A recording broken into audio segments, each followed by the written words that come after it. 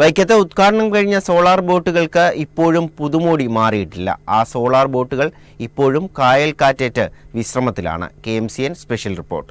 2 മാസം മുമ്പ് വലിയ ആഘോഷങ്ങളോടെയായിരുന്നു ആ ഉദ്ഘാടന ചടങ്ങ് നടന്നത്. വൈക്കം തവണക്കടവ് ജലപാതയ്ക്കായി അനുവദിച്ച 3 പുതിയ സോളാർ ബോട്ടുകളുടെ ഉദ്ഘാടനം മന്ത്രി KB ഗണേഷ് കുമാർ നിർവഹിക്കുമ്പോൾ യാത്രക്കാർക്ക് വലിയ പ്രതീക്ഷയായിരുന്നു. എന്നാൽ ആ പ്രതീക്ഷകൾ ഇപ്പോൾ കായലിലെ ഓളങ്ങളിൽ തട്ടി തകരുകയാണ്. 3 ബോട്ടുകളിൽ ഒരെണ്ണം മാത്രമാണ് നിലവിൽ സർവീസ് നടത്തുന്നത്. ബാക്കി 2 എണ്ണം വെറും കാഴ്ചവസ്തുവായി ബോട്ട് ജെട്ടിയിൽ കിടക്കുകയാണ്. ഇന്ത്യയിലെ ആദ്യ സോളാർ ബോട്ടായ ആദിത്യ വൻ വിജയമായതിനെ തുടർന്ന് കൂടുതൽ ബോട്ടുകൾ ഇവിടേക്ക് അനുവദിച്ചത്. നിലവിൽ 2 സോളാർ ബോട്ടുകളും 2 ഡീസൽ ബോട്ടുകളുമാണ് സർവീസ് നടത്തുന്നത്. എന്നാൽ കോടികൾ മുടക്കി നിർമ്മിച്ച പുതിയ സോളാർ ബോട്ടുകൾ ഓടിക്കാൻ അധികൃതർക്ക് താല്പര്യമില്ലെന്നാണ് യാത്രക്കാർ പറയുന്നത്.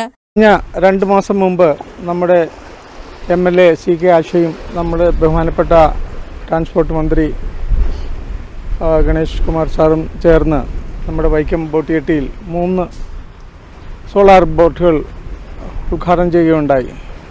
അത് വളരെ നല്ല കാര്യമായിട്ടാണ് നമ്മൾ വൈക്കം നിവാസികളും ചേർത്തല ആലപ്പുഴ ഭാഗത്തു നിന്നുള്ള ജനങ്ങളും അത് കൈക്കൊണ്ടത്. പക്ഷേ 2 മാസത്തിന് ശേഷം ഇപ്പോൾ വെറും ഒരു സോളാർ ബോട്ട് മാത്രമാണ് സർവീസ് നടത്തിക്കൊണ്ടിരിക്കുന്നത്. ഇത് നാട്ടുകാരുടെ ഇടയിൽ വളരെ ഒരു ദുരൂഹമായ ഒരു ചിന്താഗതിയാണ്